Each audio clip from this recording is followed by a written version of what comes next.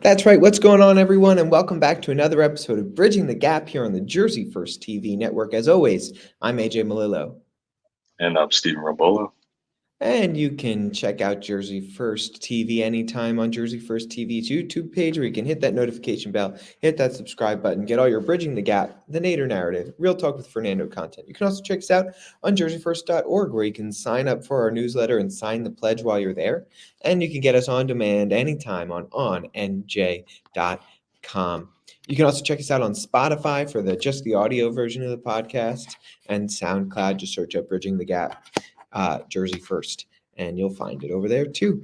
But Steve, another week. How are you doing? What's going on? It's Valentine's Day, the day we're recording this, so that's why you see a little pink. I got my pink working.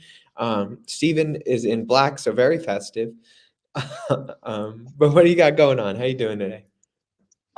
Black is appropriately festive for a day like today. All black. We're black head to toe, actually, even down to the kicks.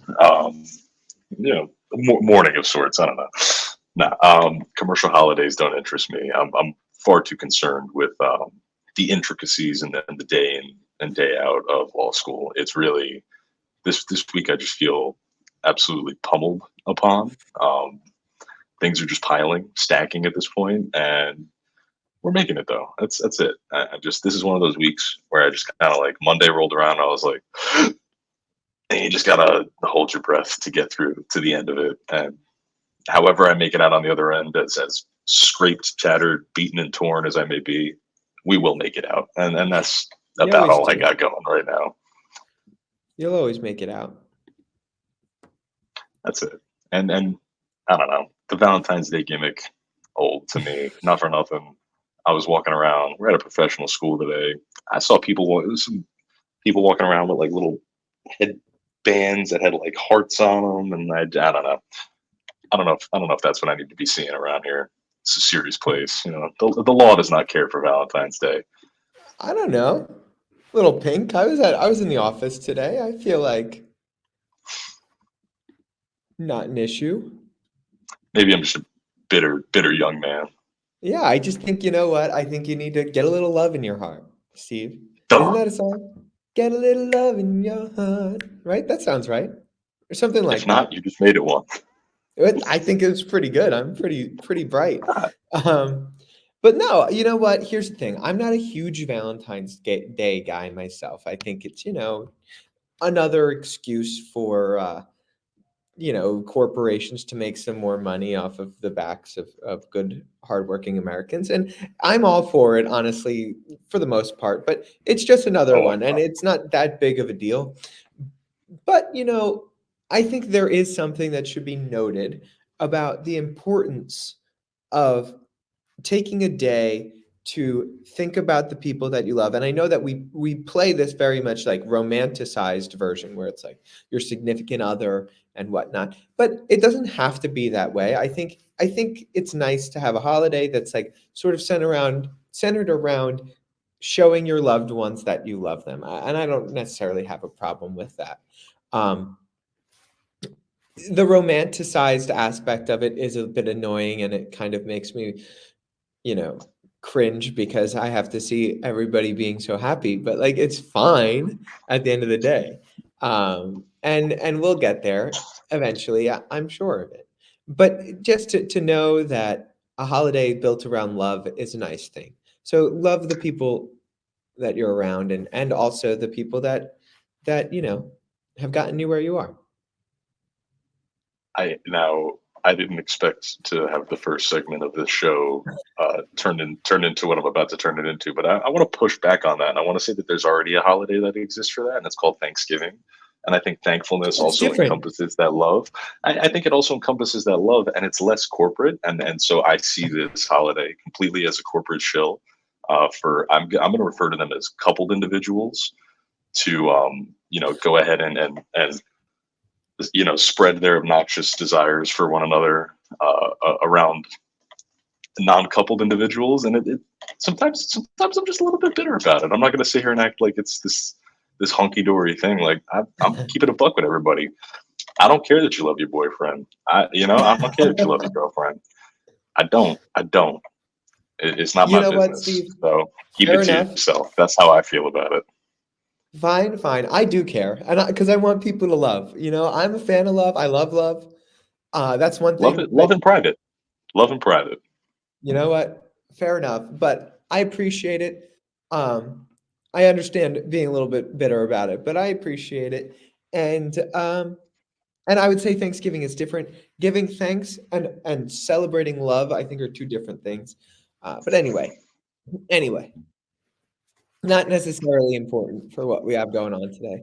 We do have a story to cover, and it's a pretty big story. I would say this might be a once in approximately 150 years or so That's type like of thing. 170 years. Well, so the last time this happened is 1876. So let's pull up the quick calculator, Steve. I'm pretty sure that would put us right around 147 years. Or All right, we're 100, asking. So just off the rip, 148 years.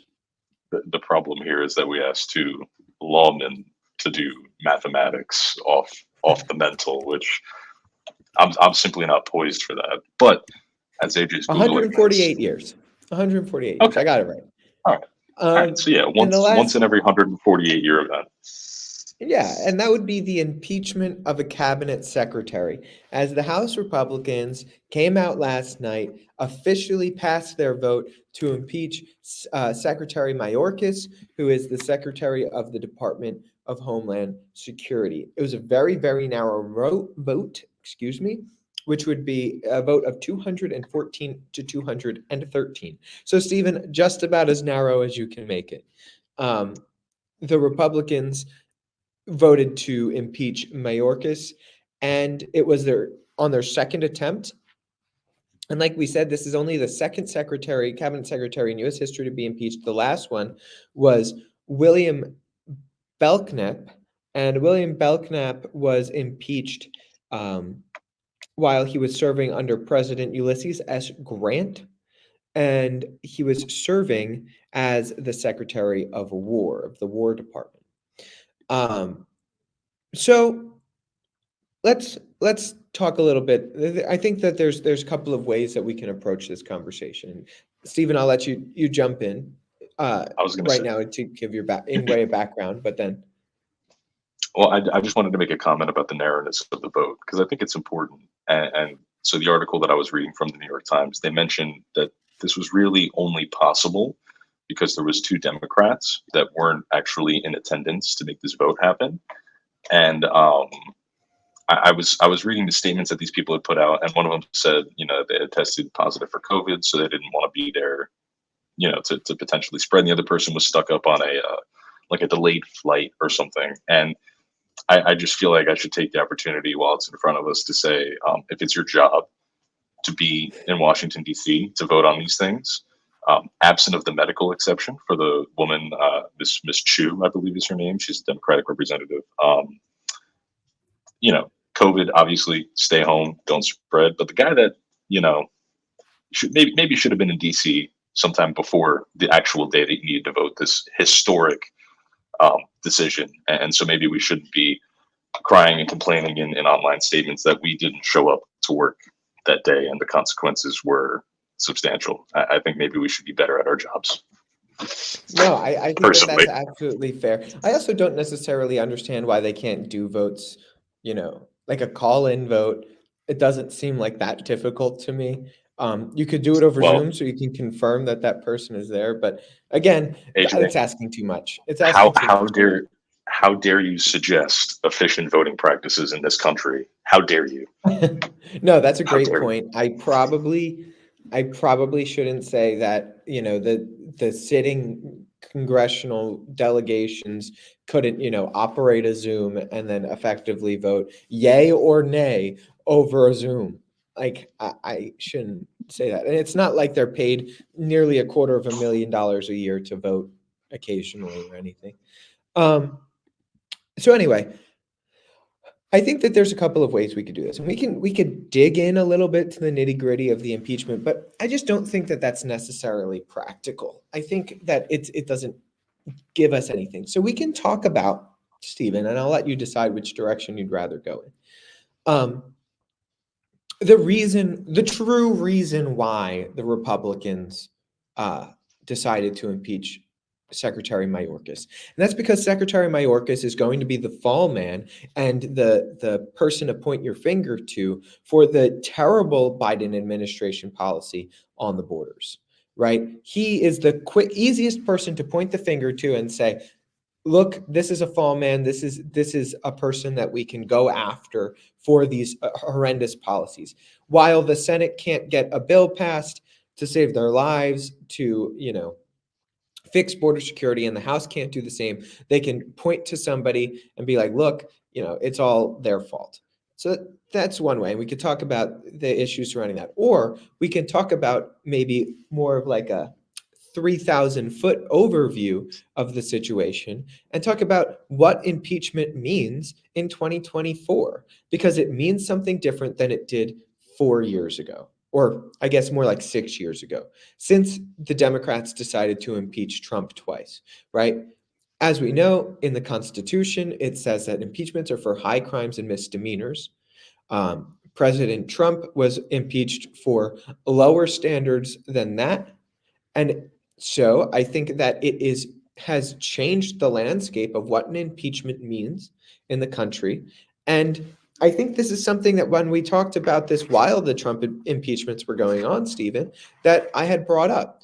It's, if you want to play by these rules, then you have to play by these rules. And now the Democrats are reaping what they sowed. The Republicans have the power of the House. They're going to impeach the same exact way that the Democrats impeached President Trump. So I'll let you decide which direction you'd rather take it. If we have time, we can hit both. But I think those are the two best ways to look at this impeachment from a broader view. I agree with you. I think if we were to take the time to explain the weaponization of impeachment, could be fruitful. However, what I think is more important and touches more lives, truthfully, is the actual reason why this happened, and goes to everything that you said: the inability of the Senate to pass a bill that effectively addresses these immigration issues, the inability of the House to similarly do the same, the what seems like blatant reluctance on the Biden administration to take any accountability for these statistics and these numbers concerning illegal immigration at the border. And I just really quick, Steve, I wouldn't call it blatant reluctance. I would call it purposeful, articulated policy. fair, whatever we're going to call it. Nobody, it seems, wants to make any tactile change to the policy. Well, let me rephrase that. There are people that want to make the change. They simply don't have the numbers or the means. And unfortunately, what they've done, well, not unfortunately, to your point, they've similarly weaponized the constitutional power of impeachment to point the finger at the person that's responsible ultimately for Homeland Security. And I think to categorize the immigration issue as a Homeland Security issue is 1,000% correct, because you're charged with the protection. That's quite literally the name: Homeland Security, security of the homeland. And so I think that we should talk about that, because it's truthfully the thing that touches a lot of people. And I really think coming into 2024 as an election year, especially now considering the spectacle that Congress has chosen to make of Mayorkas, this is going to be an issue that a lot of people vote on. I think you're going to see a lot of single issue voters turn out in November, and immigration reform, similar to the situation in 2016 when Donald Trump ran the first time, I think is really going to be a motivating factor for a lot of Americans. And whether you agree with what the Republicans in the House did or not, they're drawing attention, and it's becoming an issue that, regular people cannot ignore. And not for nothing, when this, started happening a few years ago, and, Texas Governor Greg Abbott was sending these, illegal immigrants on these buses to cities like Boston, San Francisco, New York, Chicago, everybody wanted to point at him and call him the bad guy. And I think what he intended to do, and what he's, accomplishing sort of now, is it's become apparent, and his position at the time was border issues don't just affect border states. And so all of these cities and these states that are sitting up north, far away from the border, if they're going to sit here and they're going to support, these sanctuary city and state policies and put forward all these policies in favor of giving all of these amenities and comfort items to illegal immigrants, they should be able to do that. And so what we're seeing now is it's almost like a Pandora's box that's been open, but we're finally getting to see just how far it has spread.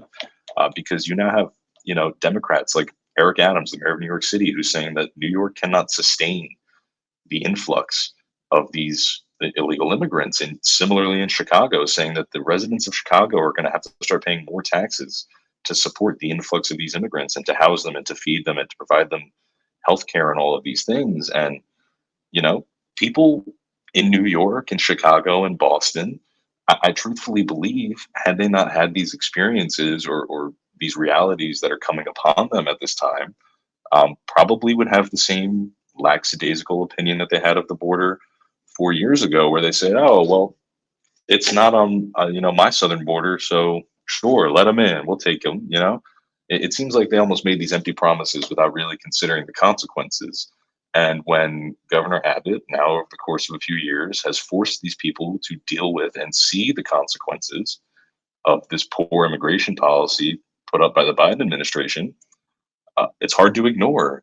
And there are real consequences. And so now when people are looking at somebody to point the finger at, I think off the rip, you would want to point your finger at Joe Biden. But according to his own DOJ, he's not even, competent enough to stand trial. So I would feel bad pointing the finger at him. And so who's the next best? The guy that's in charge of Homeland Security. I think and this is going to be something that AJ, you and I have been doing this for a very long time together.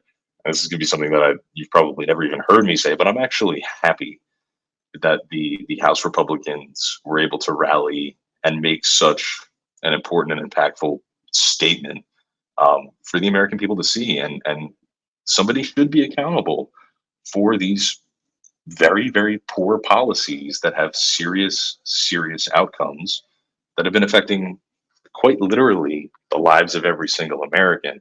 So I want to hear what you think about the impeachment and how we move forward from this moment, because we know he's not going to get convicted and removed from office. The Senate is a majority Democrat, and if it came down to it, they have the swing vote in Kamala Harris to make sure that he doesn't actually get vacated from his position. But just in terms of what this actually means, this is very clearly, it feels to me like a last ditch effort.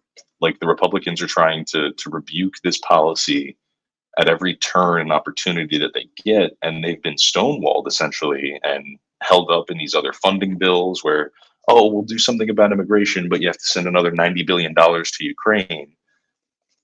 And so I'm curious where you see this moment. I would say this on top of that, like even when it comes to the new immigration bills, it's like there are already laws in place, Stephen. They're just not following them. What is a new law going to do? Nothing, nothing. A new law is going to do nothing. They're not following the laws that are on the books. Okay, so it doesn't matter to me because it's just more laws that they're not going to follow and they're not going to execute. And look, I understand that in a real way, right? It's like that Andrew Jackson quote about the Supreme Court. He said, the Supreme Court made their ruling, now let them enforce it. And you could say the same thing about, okay, Congress has passed their statute, now let them enforce it, right? That's kind of what the executive branch does. It executes the laws. So if the executive branch isn't going to execute the laws on the books, what makes you think they're going to execute the laws that you pass now? They're not going to, right? So I think that's just foolhardy to begin with. Now, another point that you brought up was that every state is a border state now.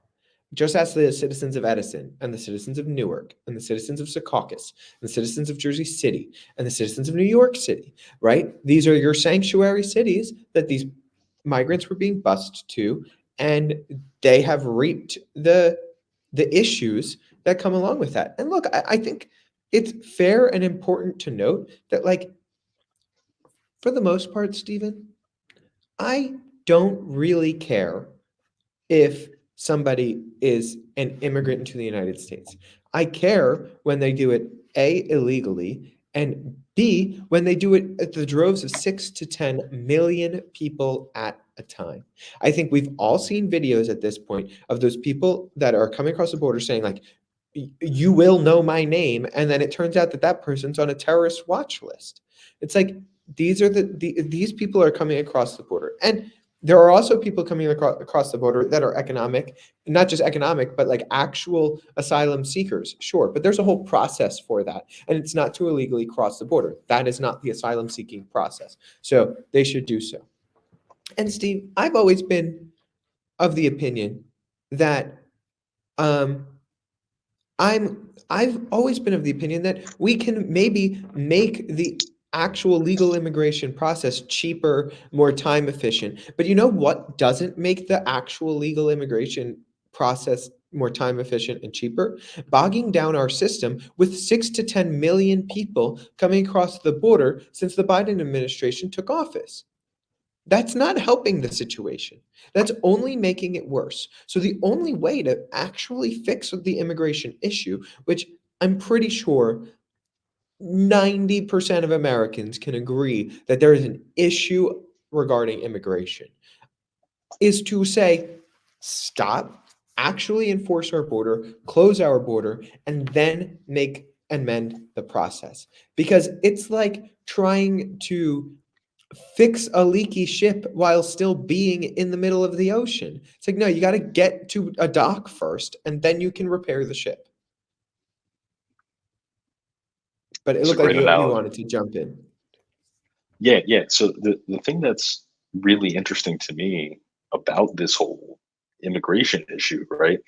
And like the real policy change, and this has been explained, several times, and this is not news by any means, but what was happening during the Trump administration was when people would cross the border illegally, they would be, whether they had a valid claim for asylum or not is aside from the fact, but their information would be collected, and then they would be detained, and then they would be sent back to Mexico, and they would wait for their asylum hearings in Mexico or in another country. He had several agreements with different countries to house these, immigrants while they waited. What's happening now is they're just coming in, they're being processed, and they're being sent to, these facilities. And because of the influx of them now, these facilities can't hold them anymore. And so we have immigrants taking up wings, entire, corridors of international airports, of bus stations. They're housing them everywhere. And I just think it's so Hotels. interesting because when Donald Trump was president, it was he's detaining them. These detention centers are like jails. People are being separated. And I don't know why the American people are seemed at the time to be more upset about that. Whereas now we have reduced efficiency of our own airports because there are certain wings that are inoperable because we have no place else to house these migrants. So this issue now has transcended from something that you see on the internet. Nobody wants to see images of people behind barbed wire, and that makes them look like, prisoners of sorts. But you also don't want to see these people sitting and sleeping. And I mean, some of the videos are truly atrocious, like the conditions in themselves. And it's happening in airports, it's happening in hotels, it's happening in schools in New York City. How does that not make you as angry as the image of the people behind barbed wire and detention centers? Because Because the one of media them didn't tell them clearly, to be angry, Steve. The media I just, didn't tell them to be angry. So they're not going to be angry. It's not happening. I think a lot about this issue, truly. And like you said, and like we let this off with, every state is a border state. New Jersey, like you said, Newark, Jersey City, like all of these places are sanctuary cities. And the story out of New York, they closed a high school. They made students do virtual learning so that they could house immigrants. When this crisis, when the influx of people, and I don't want any of this to be misconstrued as a commentary on, like, the type of people, or like any character traits or anything about. I just mean the actual influx of human beings to a point where we can't safely and sanitarily, like, make sure that they're okay and processed and held, and go through the actual process.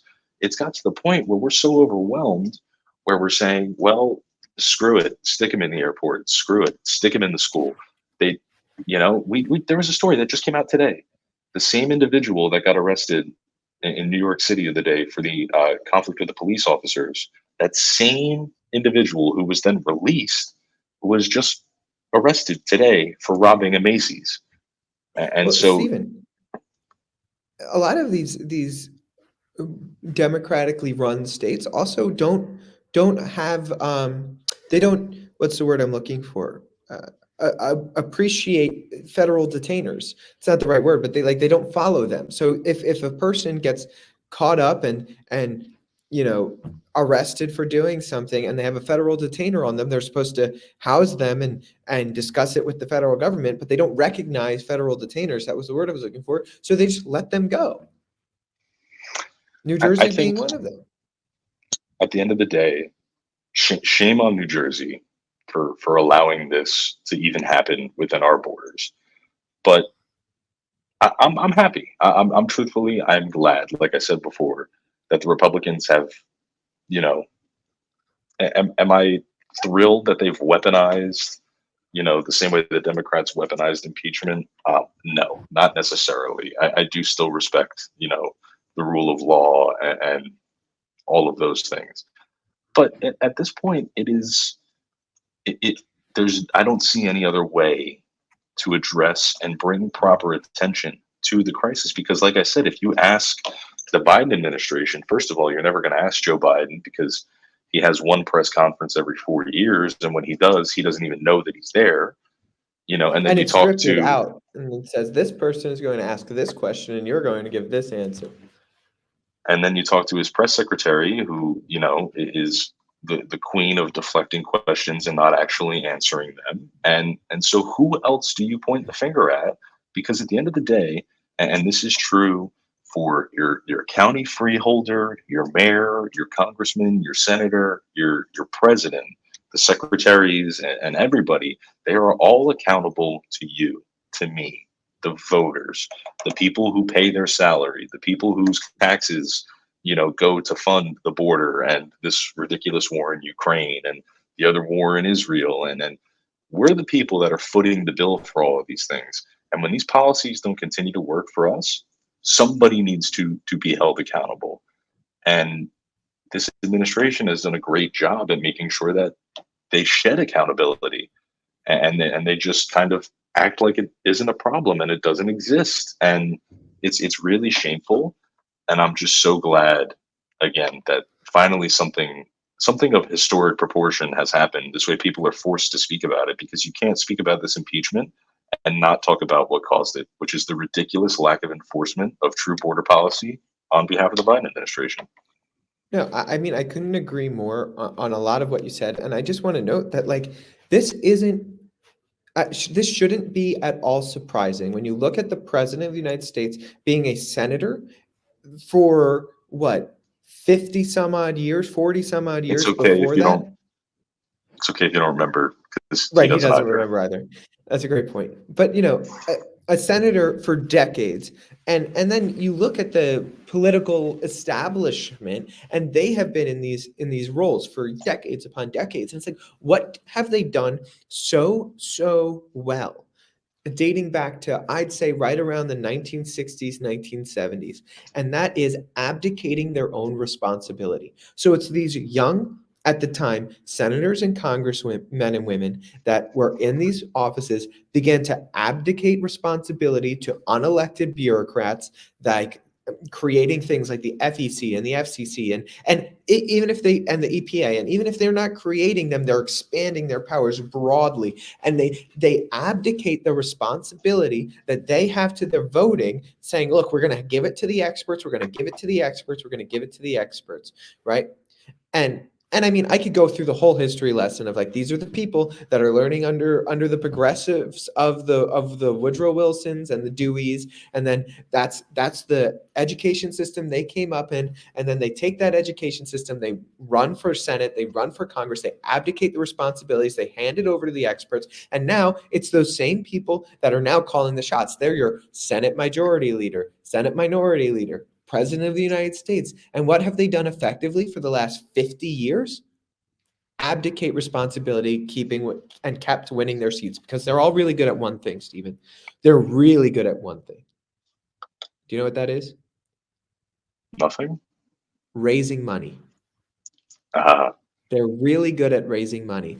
Abdicate, abdicate, abdicate. And instead of spending your time actually passing bills, actually making decisions for the American people, you go to your little back room, lobby deals, you make a bunch of money for the RNC or the DNC or your campaign, and then you give a little pat on the back here, and then those same people, okay, so now they lose their Senate seat. Okay, so now they lost their bid at the presidency. Okay, now they're no longer congressmen, but what are they? They're chairman at this company and that company, which they gave their deals to before, right? They're really good at patting each other on the back, abdicating responsibility, and you're seeing that now play out in an area like this, where, as you said, the House won't pass anything, the Senate won't pass anything, the administration, the executive administration literally won't follow the laws already on the books, and we have hundreds of thousands of people crossing our border, thousands any given day, hundreds and thousands, millions every given year, because nobody will have any sort of monicum of responsibility. And they were and you know trained to what do it from day one. the most egregious part of this is? When somebody does stand up and they do recognize that ability and they do take matters into their own hands correctly within the scope of their powers, might I add, they get sued to stop enforcing the laws. And the specific reference that I'm making is Greg Abbott in Texas and the construction of the barbed wire fences that he was putting in areas of, I believe it was called Liberty Park down there, where there was a mass gaping hole that allowed for this flow of migrants. And so even when somebody does stand up, these same people that you said, abdicate, deflect, and take no accountability, do their best to stop those who try to take accountability and do the right thing. They try to prevent them from doing it. And so it's when you really, it's hard for me not to talk about this issue and sound too dramatic about it, I feel like. But when you really consider the stakes of this and how high it goes and just how far it literally touches every single corner of this country, it touches just about every issue that you could possibly imagine. And nobody wants to do anything about it. And it takes a historic impeachment vote for us to even, be able to, I would say, have an excuse to talk about this the way that we have been. But truthfully, you shouldn't need an excuse to address a national security issue that's happening at your country's border. And it shouldn't be a hot take, and it shouldn't be controversial to say, I want to know who's coming into my country, why they are coming, and that they are, a good and safe citizen, or going to be a good and safe citizen. I don't think that those are ridiculous questions to ask. And I think, truthfully, that's the bare minimum that the government owes to us, the people here, is that security and that peace of mind that we are doing the right thing. We are protecting you. And we've spoken just about individuals coming over the border, not even we don't even have the time today to touch on the influx of drugs that have flown over the southern border due to these similarly gaping and lacking enforcement issues. So you have a public safety concern as well. Like, on top of the people that are coming in, they're not vetted. We don't know who they are. We don't know where they come from. And also, tens of thousands of pounds, enough fentanyl to kill every American in the United States, has passed over the southern border within the last year. That's also a problem to me. Yeah, But maybe and look, it's just we me. don't. It's certainly not just you, and we don't have the time to go too far in depth. But I will say this, like you said, just a couple of points that you address, and then we'll have to wrap up, unfortunately. But a nation is not a nation without borders. And I think we've known that since the Treaty of Westphalia, right? Like the development of the nation state is the development of a landmass with borders that has people inside said borders that agree to live together within this landmass, okay? And so we have a landmass, we have clear borders, and if we're not going to protect those borders, then we're not going to be a nation state. And maybe that's what some people want. Maybe they don't believe in nation states, and that's all well and good. You can live in your utopian society in your head, but in the real world, that's not how this is going to function. It's not how this is going to work. The other point that I want you to make, that I wanted to make, that you made, was about Greg Abbott's actually trying to take accountability, actually trying to do something for the protection of the people of the state of Texas. And Stephen, the exact reason is that they can't have people do that, because as soon as somebody starts to take responsibility, somebody starts to say, hey, look, this is what good government can do. This is what government working for the people looks like. That's exactly a threat to everything that they hold dear, which is exactly the opposite of that. I'm going to come here, I'm going to make lots and lots of money, I'm going to be famous and powerful, and I'm not going to have to do anything. Because once people start to see that, hold on, these people work for us, they should be doing things for us that we want done, it ruins their whole little game. Mhm. And I finally, like you said, at a certain point, it's like, it doesn't even matter who the people are that are coming in. The sheer quantity is just unmanageable. The sheer quantity, right? It doesn't matter even if every single one of them was like saint of the earth, salt of the earth, absolutely, perfectly wonderful human beings, which I'm sure many, many of them are. The sheer quantity we can't sustain, because you do have to make sure you know who is living in the country at any given point, just in case something were to happen. That's why we have censuses, right? Like, so when in the span of 4 years, 10 million people, or I'll take the conservative number, 6 million people come across the border, right? Which is what? 2% of our population? That's a lot. That's a crazy number of people. Yeah. It doesn't matter who they are. You were completely correct. And on top of all of that, the American people, period, as it is, people that are, lawfully here, are suffering through, record high inflation, and we're still in this fallout period of COVID where, some people got laid off, have not been able to get jobs back, money's tight. Like regular, like naturalized American citizens can barely afford to live in this country. And so our infrastructure as it is doesn't really exist to support the people that are already here. And so obviously the logical thing for the president to do is to say, well, let's just let 6 million more completely random people come in, and it'll probably be better, because that's what's happening. And when you boil it down to simple terms, it's hard not to see how offensively ridiculous the policy of this administration is. And again, regardless of party, of person, of whatever it is, there are just so many objective factors that you can look at that very clearly describe how unreasonable it is to allow this many undocumented individuals flood into the country with little to no record of who they are, where they are going, what they will contribute, and anything about their past history. It's actually probably one of the most egregious instances of like, I don't even want to call it misgovernance, because to even categorize it as some sort of governance, I think is like just even too much. It's a true lack of enforcement. It's the executive branch completely failing to duly execute the laws of the United States, which serve to protect and preserve the sanctity of our borders and the American people and our safety. And so absolutely shame on Joe Biden. Not that it matters at all because there's nothing going on in there. And you know, might we also add that it came out literally the same day that he was, you know, too cognitively impaired to stand trial, that he's going to be the first president in modern history to decline to take a cognitive test on his yearly physical exam.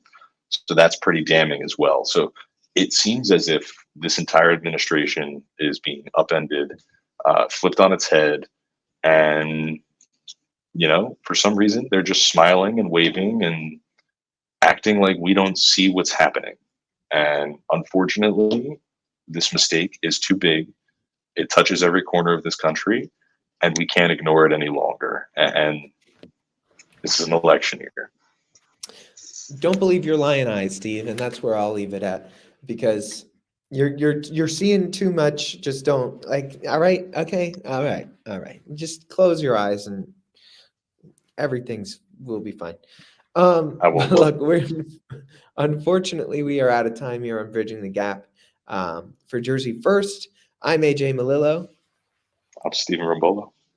And we hope you have a wonderful week. We have some pretty fun and interesting things lined up coming down the pike. So we'll announce them in the next coming weeks that we're pretty excited about. But until then, I hope you have a wonderful weekend, and we'll talk to you next week, everyone. Have a good one.